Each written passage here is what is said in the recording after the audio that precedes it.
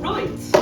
Well, this is Worth in about 1860, but in the early 20th century, Sir Frederick Treves, Baronet, who was Sergeant Surgeon to H.M. the King, and I think that was Edward the Seventh, wrote in his book Highways and Byways of Dorset, and I quote, "Inland from Winspit is the queer, dun hamlet of Worth Matravers, built wholly of stone, but boasting a few trees.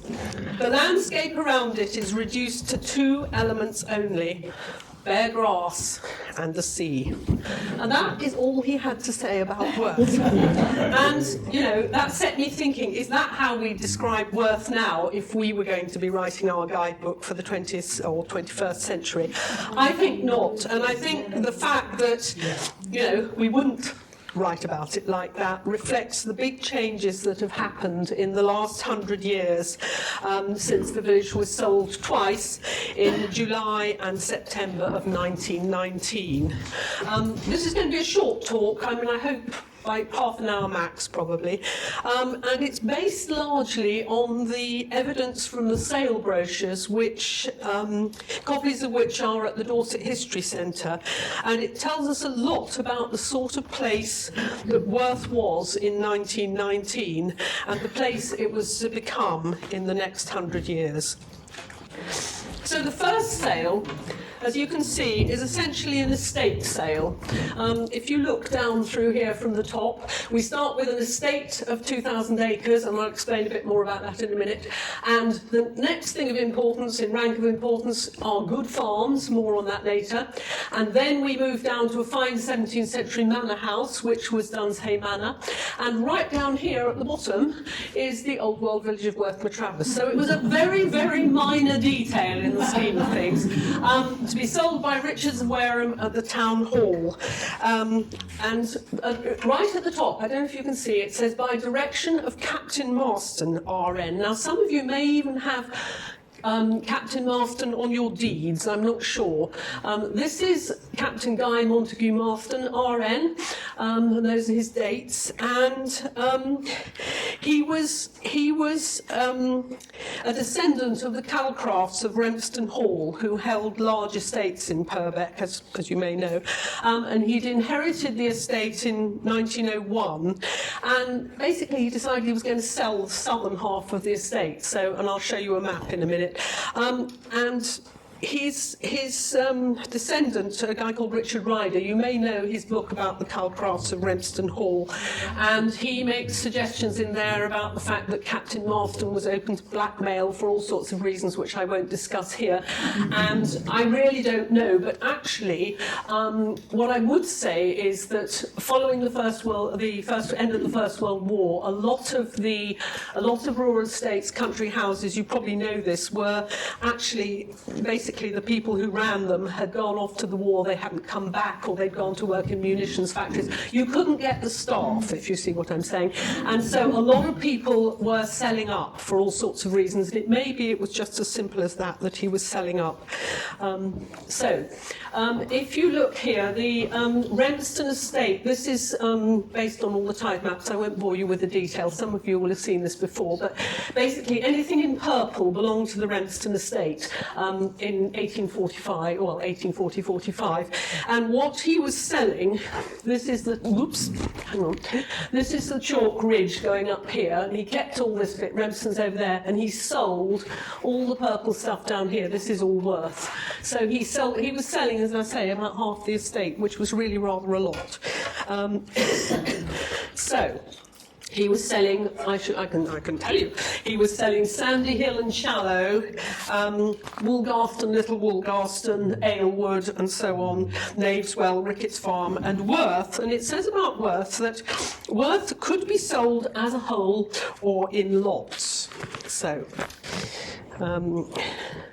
So the first sale brochure, this is the map of Worth that went with the first sale brochure. And as you can see, the cottages are of little or no importance. They were basically being sold with the farms. I mean, for example, London Row was all agricultural workers' cottages anyway. They were tied to the farms. And this one, if you'd bought lot 19, you would have got the post office and gullers and bridles and all the rest of it, because they're all just, you know, they weren't important. They were minor details in the scheme of things. So what he was interested in selling was this, you know, 2,000 acres of land. So that's the way the sale was being organised. Did he sell the church? I noticed that. No. He didn't own the church. The church wasn't his.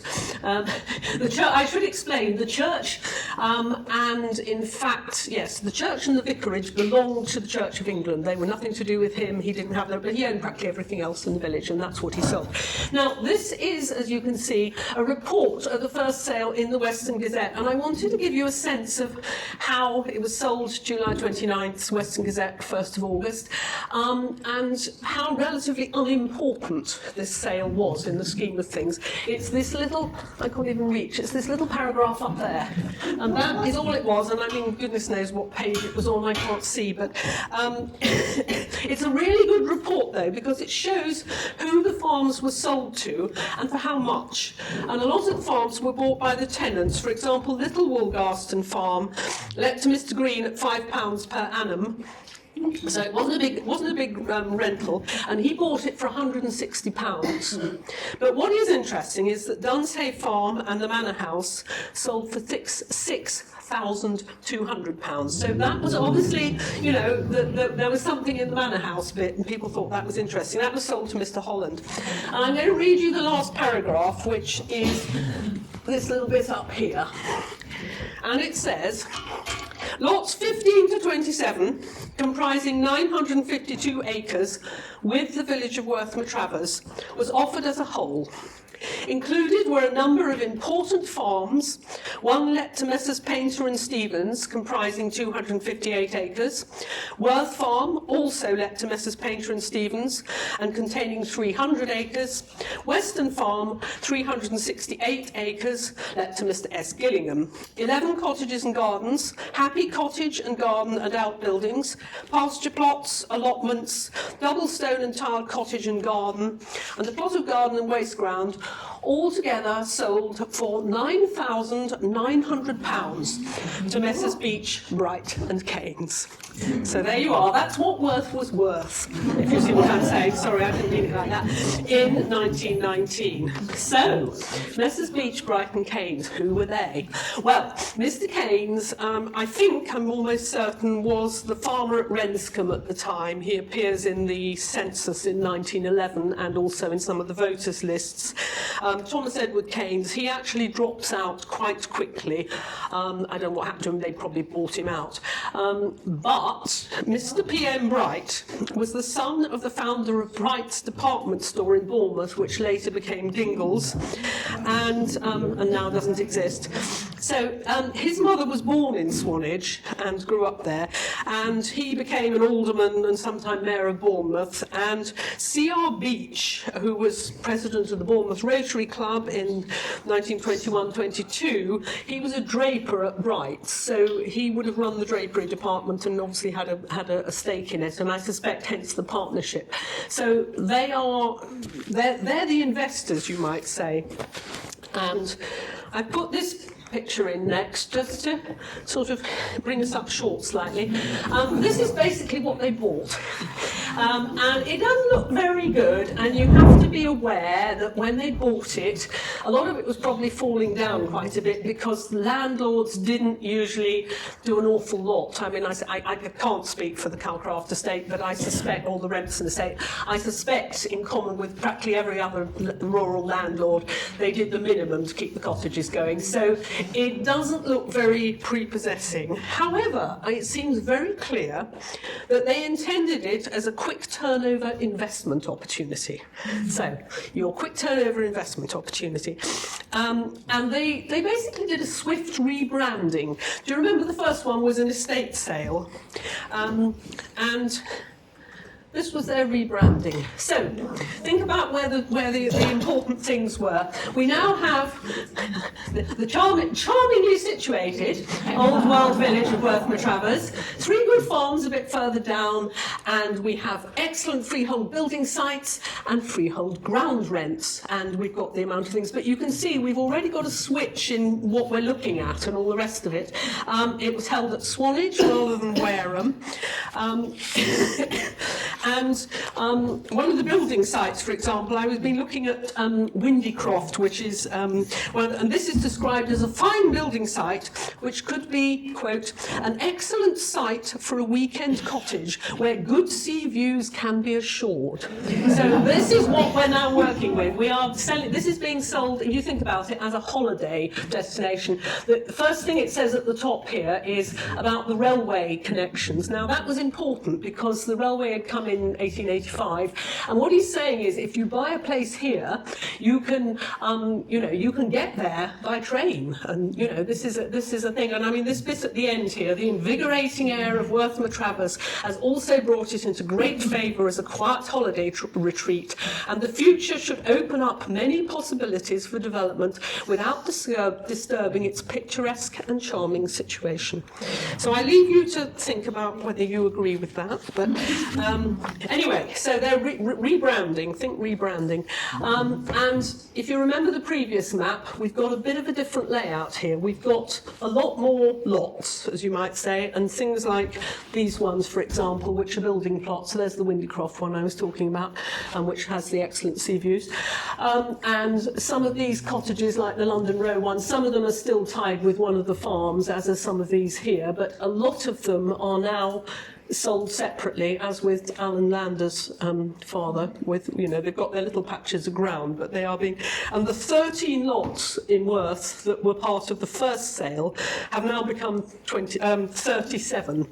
So, they knew what they were doing, they were salesmen, and they sold.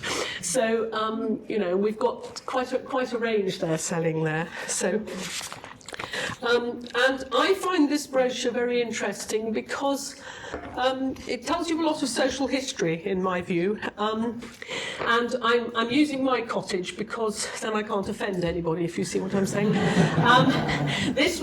That picture's actually from the 1930s, but that's what the cottages looked like then. And as you see there, even though they were pretty grotty, these were excellent cottages, you understand, and known as gallows gore cottages. And I'm interested in things like, what did they put first? And what they put first is situate on the high road between Swanage and Corfe Castle. And guess what's at Swanage or Corfe Castle? The railway. And Mr. Pushman, and I know this for a fact because it's written in what somebody wrote about coming to the cottages, Mr. Pushman had what they called a pony trap that would pick you up from Swanage or Corfe and bring you up along the high road, and you didn't have to get stuck in the mud going down some little lane or something. So, that is an important element.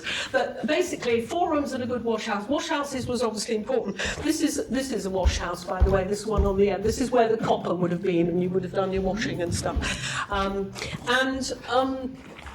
My cottages number, cottages 2 and 3 let to Mr. Ambrose Bile, yearly tenancy £3. You weren't going to get much money for your cottage, and are occupied by Mrs. Talbot and Howard. Now, Mrs. Talbot and Howard were school teachers from the Roan School at Greenwich in London, and they used to like to come down to Purbeck for their holidays, and they actually bought all 3 cottages in the row. So they're a good example of the sort of change that took place even in 1919. And there's Miss Howard looking a bit fierce. And the tenant was Mr. Bridle. And I'm going to read you, if you don't mind, a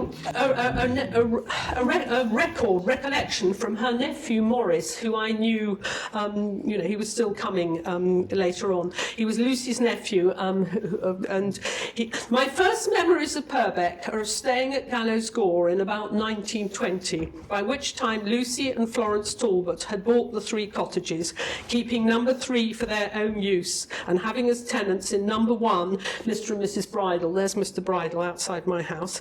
And in number 2, Mrs. Turner, the Bridle's daughter, her husband, and several children. So, and number 2 is just one up, one down, and a bit. I mean, how they all fitted, but they didn't. And I think probably, as he says, some of them probably slept in number 1.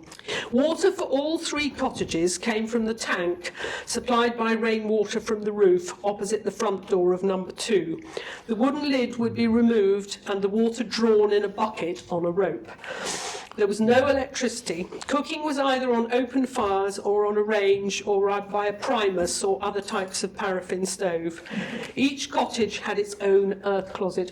And I still have a very nice shed in the garden, which I use for Amazon deliveries and things, but it's the same earth closet, which is, in fact, we all have our earth closet still.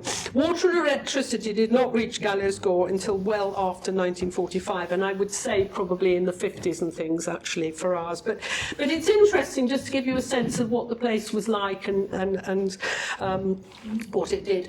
Another aspect which I love, and it's what I call estate agentese, and this is a brilliant example, I think. This is from the estate sale, remember? And he tells us all about all the different types of field, because they're selling a farm, and that's the compact farm building, and then we've got a pair of cottages, which was the ones at Dinny, and these are actually Messrs. Bridle and Bower. These are actually Gallows Gore, and they're all lumped in together. It gives you an idea. And it says a compact farm, which basically means this is a small farm. It's not a very big farm, so it's a compact farm. And they knocked the A off, and now it's compact. And so it's been ever since. So the estate agent has a lot to answer for. One interesting thing about this, under a lean-to roof is a good-sized bread oven. It's the only bread oven mentioned in the thing. So whether people trailed up and took their bread there, I don't know. But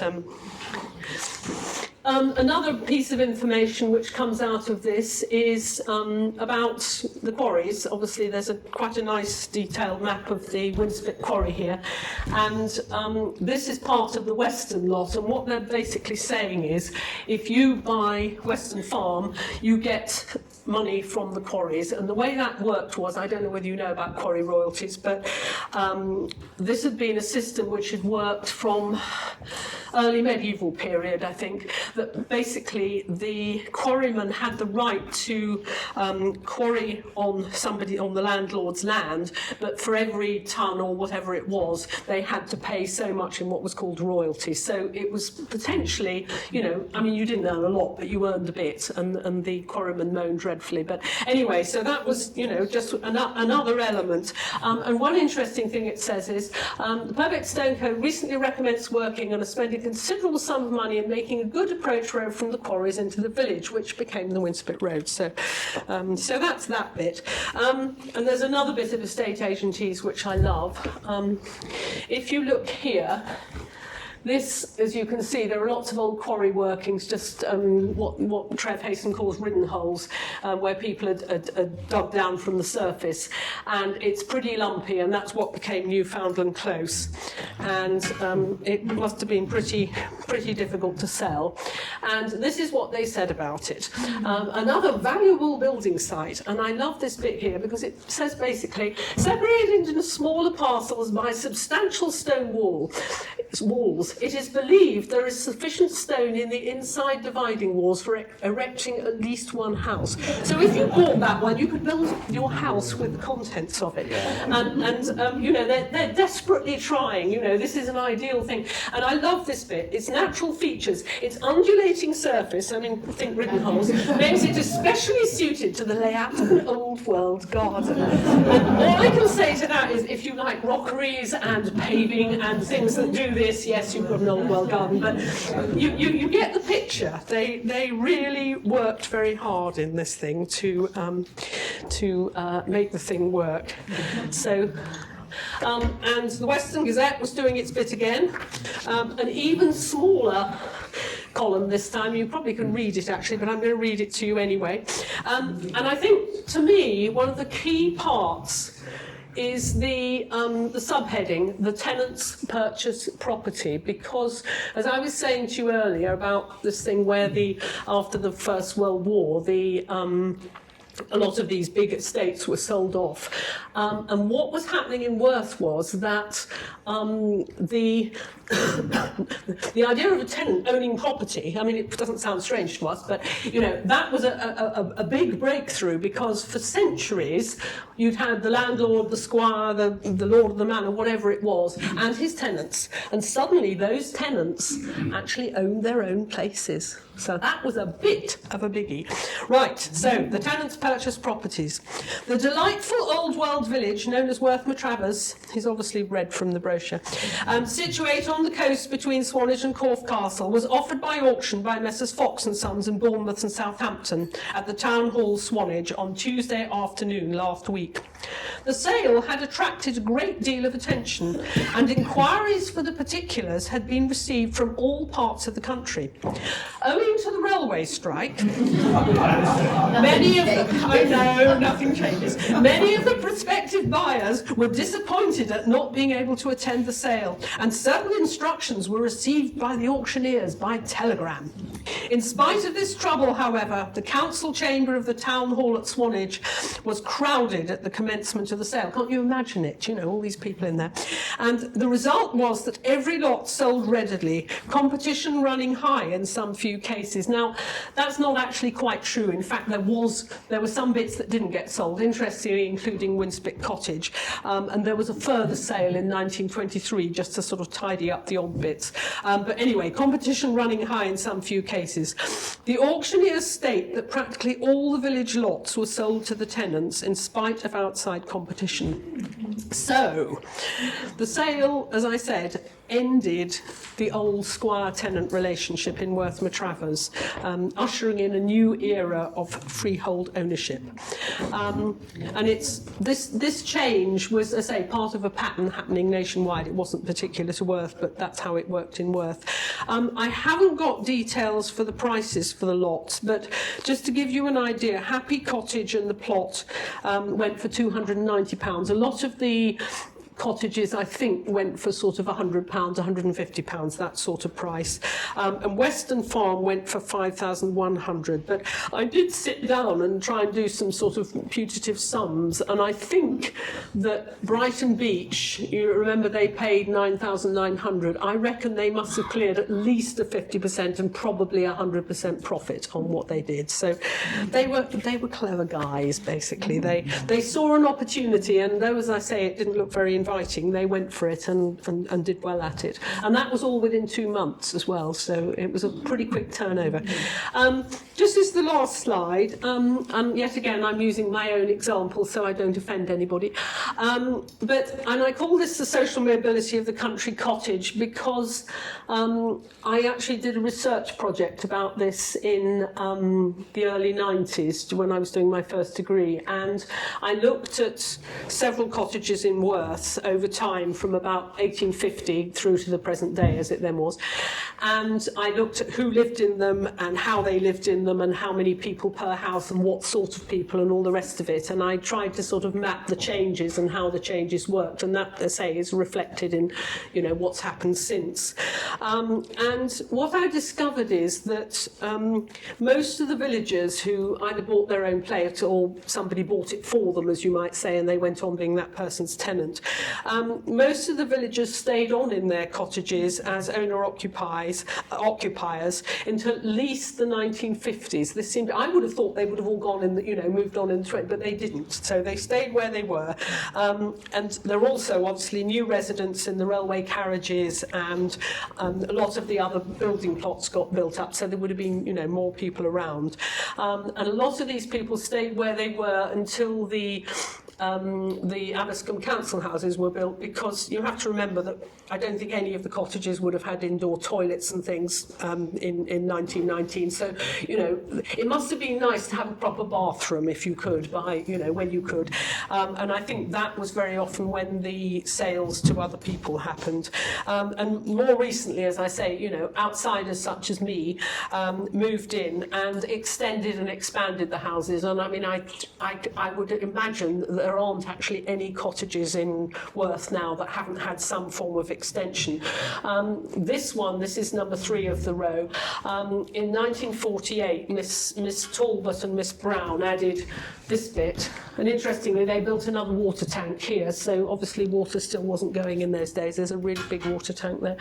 And then after I got married and had a family, we built an extra room on the back. You can just see there's a tiny little bit of roof ridge up there, and that made a 3rd bedroom. So we had so that went being from 4 rooms and a good wash house to it's now got, I think technically 6. So it's got 3 bedrooms, it's got 2 indoor bathrooms, and all mod cons, which is quite exciting, as in electricity and all those things. So, and I think this sort of change epitomises the, what makes Worth such a different place from how it was 100 years ago. And I think Brighton Beach's purchase and the gamble they took paved the way through the way it was sold and what they did for Worth's transformation from being a queer, dumb hamlet, as you saw at the beginning, to the village we know today. Thank you.